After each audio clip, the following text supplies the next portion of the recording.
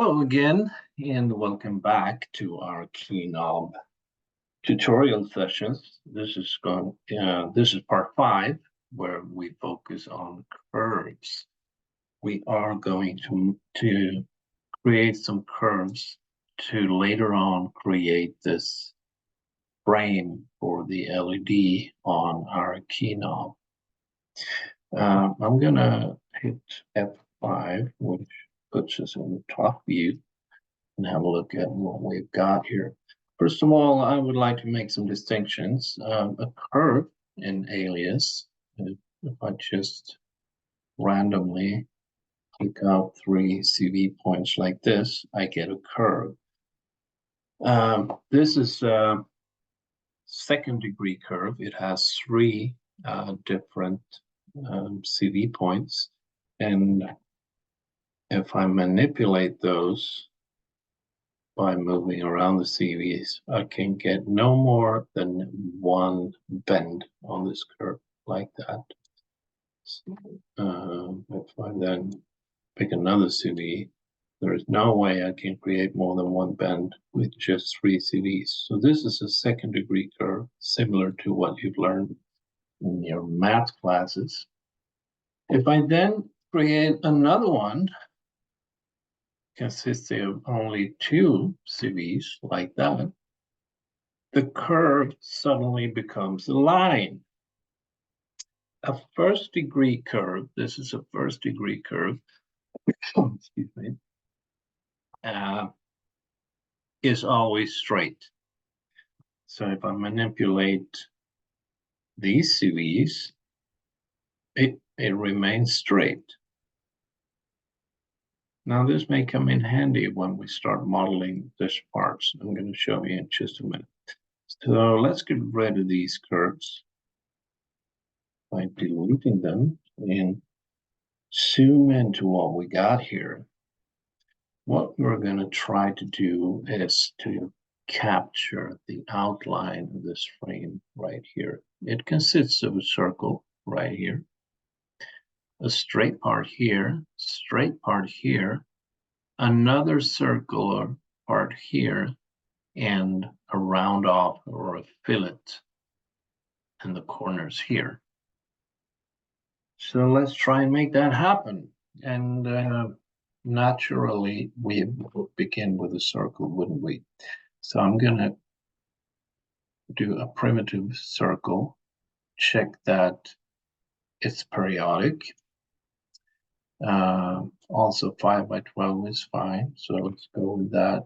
Now, in the earlier sessions, we've centered the keyknob to Origo, so we know that the center of this circle is right here in Origo. So let's place our circle there by holding down the Alt key and clicking in the close area of Origo, like so.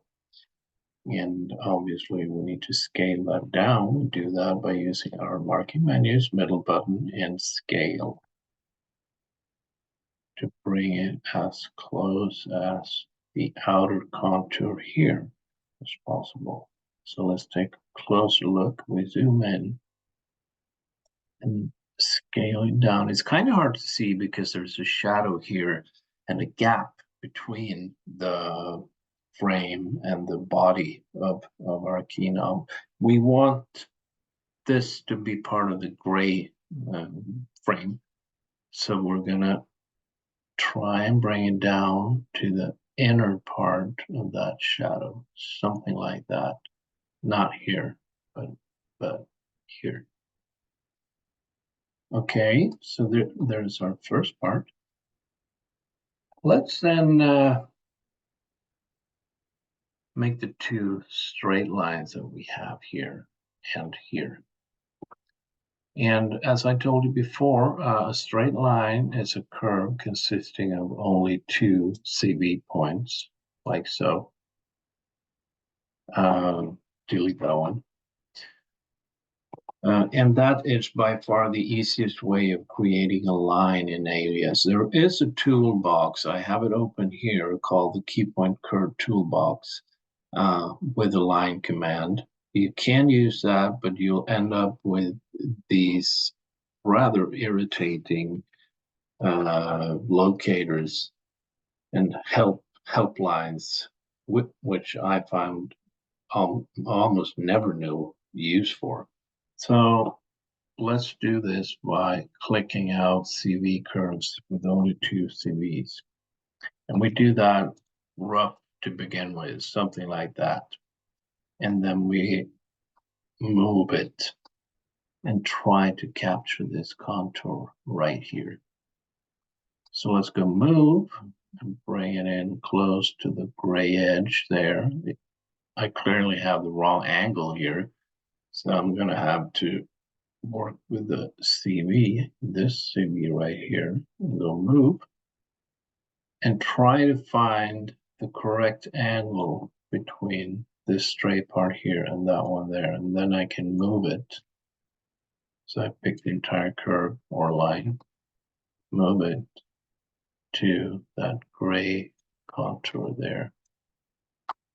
We need to maybe bring this CV down a little bit and then the entire curve. Something like that. That'll do for us. And then make another one. So curve, new CV curve here to roughly here. And again, try to find the correct angle by moving either one of the CVs and capture that gray contour, which is fairly close to there. Now I want these to intersect. So I'm going to bring up this CV as well to like that. So now we have left on this contour, this circular part here, the fillets in the corners here and here. I want to bring that in a little bit more. So let's do that just a tiny bit more.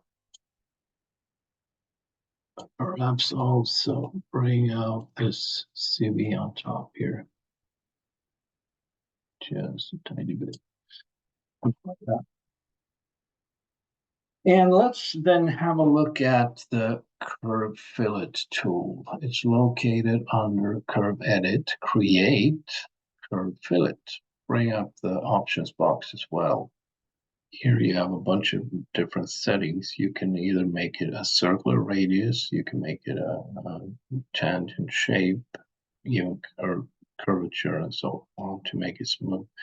But I believe since this LED is placed in a circular hole, that this contour will be circular as well. So I'm going to set that to circular. And I don't know about the radius. Let's have a wild guess and say 3 mil to begin with. I then click on the first curve I want to trim and then on the second one, like so. See if that does it. I probably need to move it up slightly. Okay, so radius 3 was a bit too big. We can clearly see that it's too flat here. So let's bring that down to maybe 2. Let's see what that was. That was a bit too small, wasn't it? So maybe, I'm guessing 2.5. No. 2.2 then. That's close enough. Let's see what that looks like compared to our sketch in the background. Looks pretty good, doesn't it? So let's try it on these 2 corners as well. So I click on the first and on the second. Now, you may notice something happened here. It trimmed the circle at its beginning right here. So we no longer have the option of using the fillet tool here. So I'm going to go Object Edit, Query Edit, and click on this fillet. That puts us into the creation mode of that fillet, and press undo all and do that over, because I want the circle to start and end in between these two intersections. I'll show you why in a second. And I'm going to use Object Edit, Attach, and Detach. Click on the circle in between these two intersections somewhere, and then hit Go. Now the circle begins here, but also ends here. And if I now use the curve fillet tool on these two, and we'll take a look at it, I still have much left of my circle to perform my second curve fillet between these two. Oh, it chose the wrong one, didn't it? That's interesting. So let's bring up the option box here. Make sure we have 2.2 radius, and bring these perhaps down a bit. Then Alias chooses to crash on me. Wonderful. I'm going to pause this recording and bring up the model again. So hang on. Okay, people, I'm back. Unfortunately, I haven't to do all my curves over again since Alias so kindly crashed on me. Luckily, you didn't have to watch me do it again. So we're back now, and I've completed the two curved fillets in the corners right here. So now we pretty much have the outline of our frame. So let's start working on the inner curves as well. And we're going to do that by using, surprise, surprise, circle. So curve primitive circle. I type in 0 space 0 space and 0 to place it in Origo like that, and I can then scale my circle.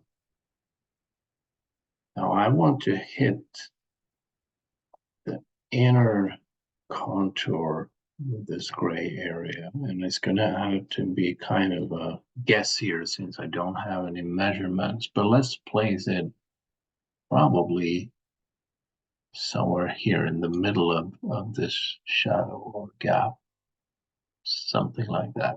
It's not really important. And we want to use this for this outline, and probably also, let's see what we have here. Yeah, the straight part here, but the same circle goes down here. So I want to split this circle right around here and here. And I do that by using, of course, attach and detach. Click on the circle and place the break somewhere in the middle here. And then hit spacebar and do it over again for this part right there. So I now have roughly 2 semicircles like that, which is a good start for us. I'm going to switch. Since I restarted Alias, I ended up having the default marking menus. So I'm going to change those using preferences, workflows, and modeling to get those extended marking menus that I like. So next step here would be to make 2 straight lines, wouldn't it? And I'm gonna try and put them in the middle of the gaps here, but probably at the same distance from Origo. So let's start by making one line, and I do that by creating a new CV curve somewhere on this circle. So I use Control and Alt to snap it onto the circle to place my first CV point. And I'm guessing it should be around here somewhere. And in order to get this line horizontal, I'm going to use my middle button to place a second CV. So if I just click, here's my second CV, and it can only go horizontally. And I want that to end on the curve over here. So I hit Control and Alt. Oh, that's too late now. Control Z, Control and Alt, middle button until I hit a curve, but it doesn't snap onto the line. Well, I can always move it. So I pick nothing, pick CV, pick that CV, move in X, Control and Alt. It does not want to snap onto that curve. Yeah, now it does. There we go. So let's start trimming the corners here, or the corner here, by using Curve Edit, Curve Section, click on this one, and then where I want to trim it to, like so. See what happened on this side. Oh, I did it on that side as well. That's good. Now, in order to make this perfectly symmetrical and identical, I want to mirror this line across the XZ plane. I'm going to pick this curve here and go Edit, Duplicate, Mirror. Make sure I have the XZ plane checked, which I luckily did. So then go. Now these two lines are perfectly symmetrical around Origo. Only thing left now is to trim this corner here and the other one over there. And it seems like since it's the same curve, it does the trimming in one shot. So let's do that. Curve Edit, Curve Section, click the curve I want to trim, and then click Flow, and then the curve I want to trim to, which is that one. So notice now that it trimmed this curve in both ends, which is nice. Now, this pretty much concludes the curve work we had to do in order to then create the surface here. We could obviously also put a circle in here. We can do that. At the center right there. Scale it.